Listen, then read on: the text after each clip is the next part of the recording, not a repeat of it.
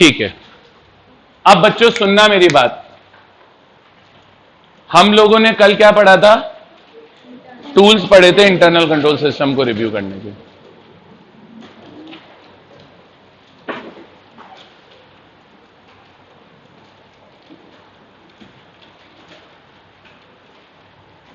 एक टॉपिक निकाल लो बुक में, पेज नंबर 42 पे, इंटरनल ऑडिट। इंटरनल ऑडिट निकाला? अरे निकाला क्या? अब बच्चों मेरी बात सुनना ध्यान से।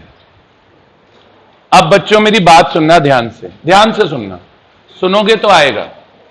सर अभी तक हम जितनी भी अभी तक ऑडिट पढ़े हैं वो एक्सटर्नल ऑडिट पढ़ी है। अभी तक हमने जितनी भी ऑडिट पढ़ी है वो एक्सटर्नल ऑडिट पढ़ी है। ठीक है, क्या पढ़ी है? सर एक्सटर्नल ऑडिट ये होती है कि आप फाइनेंशियल स्टेटमेंट्स को चेक करो कि उनमें कहीं कोई फ्रॉड एंड एरर तो नहीं है, और फिर अल्टीमेटली ओपिनियन दो कि financial statement true and fair बने या financial statement true and fair नहीं बने। ठीक है, अब सर ये जो एक्सटर्नल ऑडिट होती है ये हर कंपनी के लिए कराना मैंडेटरी होती है। ठीक है, कंपनी की बात कर रहा हूं, हर कंपनी के लिए कराना मैंडेटरी होती है। और हम जैसे अभी तक जो ऑडिट पढ़े हैं वो एक्सटर्नल ऑडिट ही पढ़े हैं, और आगे जाके भी जितनी ऑडिट पढ़ेंगे वो एक्सटर्नल ऑडिट ही पढ़ेंगे। अब एक छोटा सा कॉन्सेप्ट आता है इंटरनल ऑडिट का। किसका आता है? इंटरनल ऑडिट का आता है। बेटा इंटरनल ऑडिट एक ऐसी ऑडिट है, इंटरनल ऑडिट एक ऐसी ऑडिट है जहां पर ऑडिटर का काम फाइनेंशियल स्टेटमेंट चेक करना नहीं है।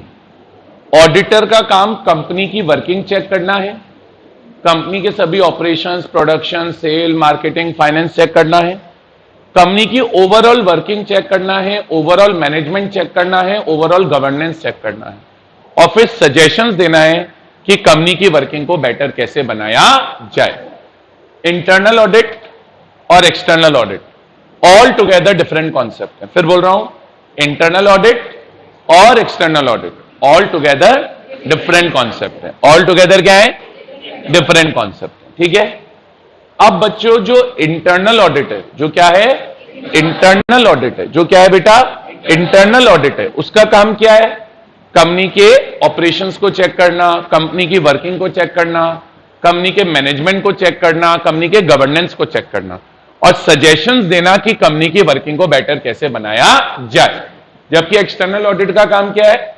आओ फाइनेंशियल स्टेटमेंट्स को चेक करो, देखो उनमें फ्रॉड एरर है या नहीं है, और फाइनली ये ओपिनियन दो कि financial statement true and fair बने या नहीं बने। समझ में आ रहा है? अब एक्सटर्नल ऑडिट तो क्या है? हर कंपनी के लिए मैंडेटरी है। एक्सटर्नल ऑडिट तो क्या है? हर कंपनी के लिए मैंडेटरी। सवाल उठा इंटरनल ऑडिट का क्या है? इंटरनल ऑडिट कराना कंपनी के लिए ऑप्शनल है या इंटरनल ऑडिट कराना कंपनी के लिए कंपलसरी है? इंटरनल ऑडिट में क्या सीन है?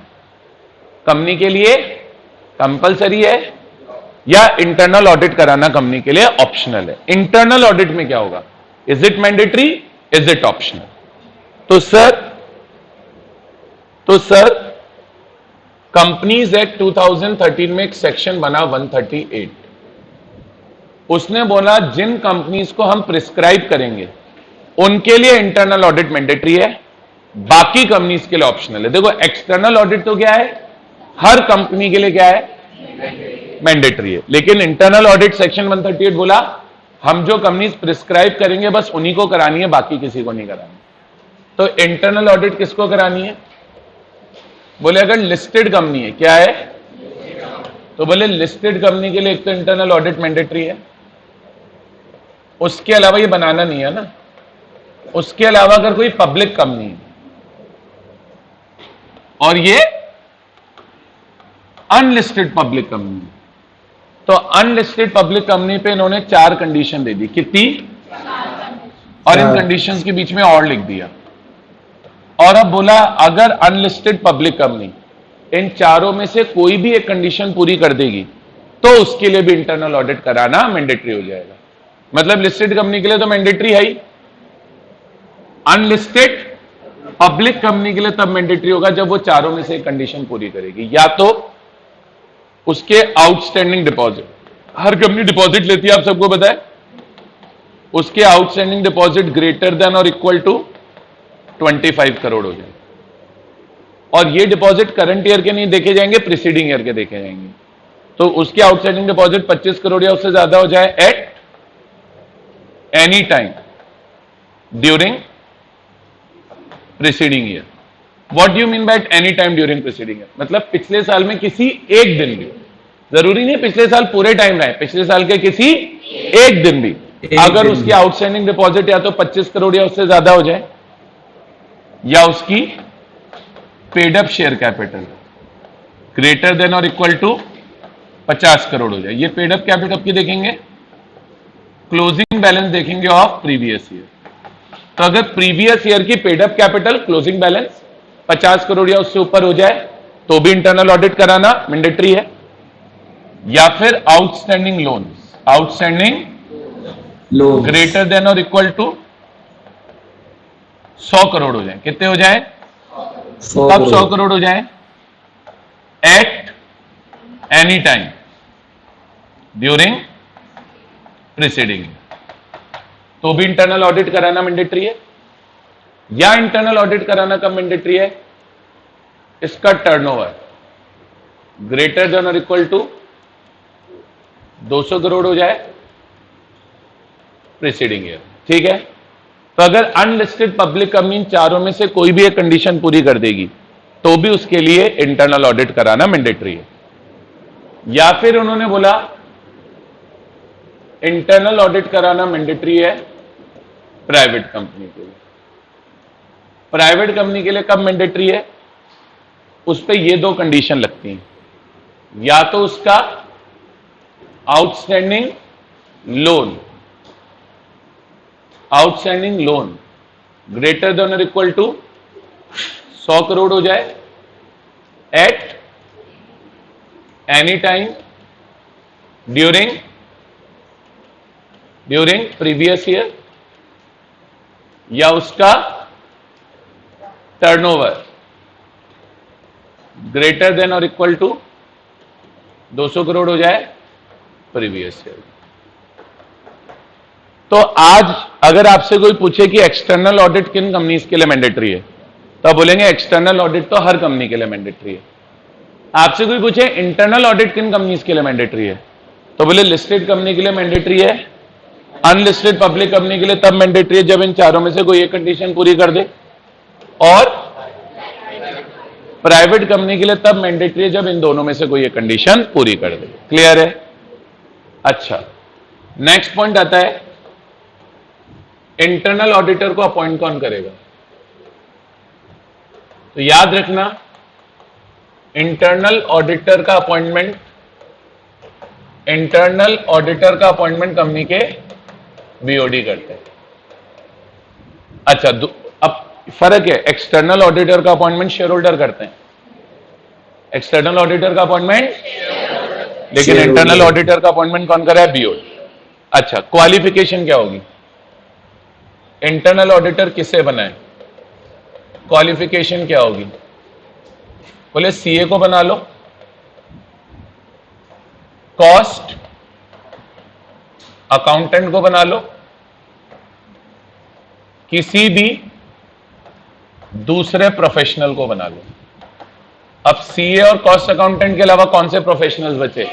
सीएस हो गया, एडवोकेट्स हो गए, इन सब से। क्लियर है? अच्छा, एक चीज और, सर ये जो सीए है या कॉस्ट अकाउंटेंट है या अदर प्रोफेशनल है, ये प्रैक्टिस में होना चाहिए या नहीं होना चाहिए? प्रैक्टिस में तो होता है कि जिसने खुद की फर्म खोली हुई है, और एक होता है कि आपने अपने यहाँ पे कोई CA as a employ appoint कर लिया और उससे बोल दिया इंटरनल ऑडिट करें। तो एक्सटर्नल ऑडिट तो सिर्फ सीए इन प्रैक्टिस कर सकता है, इंटरनल ऑडिट में ऐसा नहीं। Internal auditor whether in practice और नॉट, कोई फर्क नहीं पड़ता। सीए इन प्रैक्टिस है तो भी इंटरनल ऑडिट कर सकता है, नहीं है तो भी कर सकता है। Can be even employ, even वो आपका कंपनी का एम्प्लॉय भी हो सकता है। आप किसी सीए को अपने यहां पे एम्प्लॉय रख लो और इससे इंटरनल ऑडिट करा लो, कोई दिक्कत नहीं है। बोलिए आया क्या? अरे आया क्या? बोलिए आ गया। यहां पे आके मेरी तरफ से इंटरनल ऑडिट के प्रोविजन होते हैं, खत्म। एक छोटा सा पॉइंट और समझ लो, जिस भी इंटरनल ऑडिटर से आप ऑडिट करा रहे हो वो इंडिविजुअल सी हो सकता है, फर्म ऑफ सी हो सकती है, या एक कंपनी हो सकती है जिसमें बहुत सारे सी हैं, और वो कंपनी जाके दूसरी कंपनी की क्या कर रही हो सकती है, इंटरनल ऑडिट। कोई दिक्कत नहीं। बोलो आया क्या?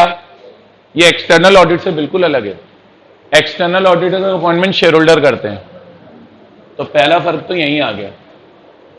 दूसरी चीज, एक्सटर्नल ऑडिटर सिर्फ सी होता है, दूसरा फर्क यहां आ गया। तीसरी चीज, एक्सटर्नल ऑडिट का प्रैक्टिस में होना जरूरी है, और एक्सटर्नल ऑडिटर एम्प्लॉय नहीं हो सकता, और एक्सटर्नल ऑडिटर इंडिविजुअल हो सकता है, फर्म हो सकता है, कंपनी नहीं हो सकती। तो इंटरनल ऑडिट और एक्सटर्नल ऑडिट में बहुत सारे फर्क हैं। मुझे बताइए, इंटरनल ऑडिट से रिलेटेड प्रोविजन क्लियर हो गए क्या? लॉ की बुक निकालिए, लॉ की बुक निकालिए।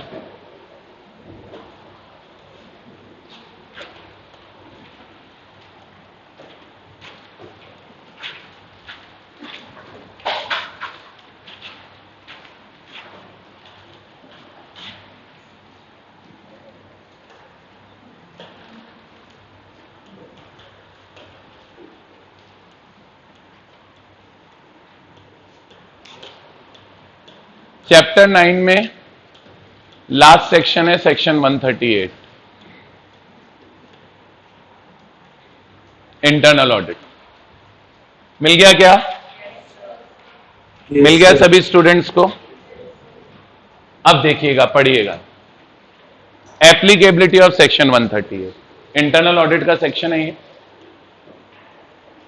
Section 138 applies to only such class और classes of company as may be prescribed. Internal audit उन्हीं कंपनीज को करनी है जो प्रिस्क्राइब्ड है। अब कौन सी कंपनीज प्रिस्क्राइब्ड है? एवरी लिस्टेड कंपनी एक, दूसरा unlisted public company. Unlisted public company का आउटस्टैंडिंग डिपॉजिट 25 करोड़ या उससे ज्यादा हो, paid up share capital 50 crore या उससे ज्यादा हो, आउटस्टैंडिंग लोन या बोरोइंग 100 करोड़ हो, और टर्नओवर 200 करोड़ हो।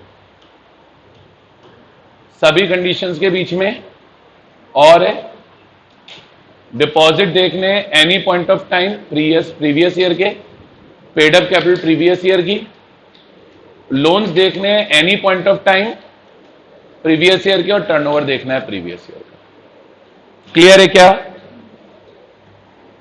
जल्दी बताओ। yes, सभी बच्चों को क्लियर है कि नहीं क्लियर है? अरे आए नहीं आए प्रोविजन समझ में? बोलो आगे। yes, सेम पढ़ा है मैंने, आप कोई पॉइंट नहीं छोड़ा, पूरा कवर दिया। चलूं आगे? चलूं क्या? yes, हो गया हाईलाइट सबका? no, sir. अब तो हट गया बेटा, तू लेट हो गया बोलने में। नेक्स्ट, प्राइवेट कंपनी में क्या है? आउटस्टैंडिंग लोन 100 करोड़ या टर्नओवर 200 करोड़। दोनों कंडीशन के बीच में और है, लोन देखोगे तो any point of time during previous year का, और टर्नओवर देखोगे तो प्रीवियस ईयर का। क्लियर है? अरे क्लियर है क्या? Yes, sir. आगे देखो। इंटरनल ऑडिट का जो प्रोविजन है इसमें क्या लिखा हुआ है? Every company to which section 138 is applicable shall appoint an. बोले जिन कंपनीज को सेक्शन 138 एप्लीकेबल है वो क्या अपॉइंट करेंगे? Internal audit. इस पॉइंट के ब्रैकेट में लिखो, he will be appointed by BOD of company. He will be appointed by BOD of company.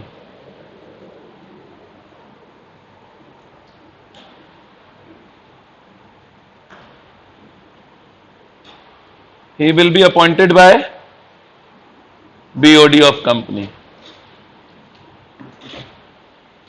He will be appointed by BOD of company. आ गया? अरे आ गया क्या? अच्छा, इंटरनल ऑडिटर कौन होगा? Chartered accountant, cost accountant, other professional. Clear है क्या? Employ हो भी सकता है, नहीं भी हो सकता है। मे और may not be an employ of company. Internal auditor एक इंडिविजुअल सी हो सकता है, एक पार्टनरशिप फर्म हो सकती है, आगे लिखा है बॉडी कॉर्पोरेट या एलएलपी हो सकती है। पहले हाईलाइट कर लिया गया, बताओ। Yes, sir.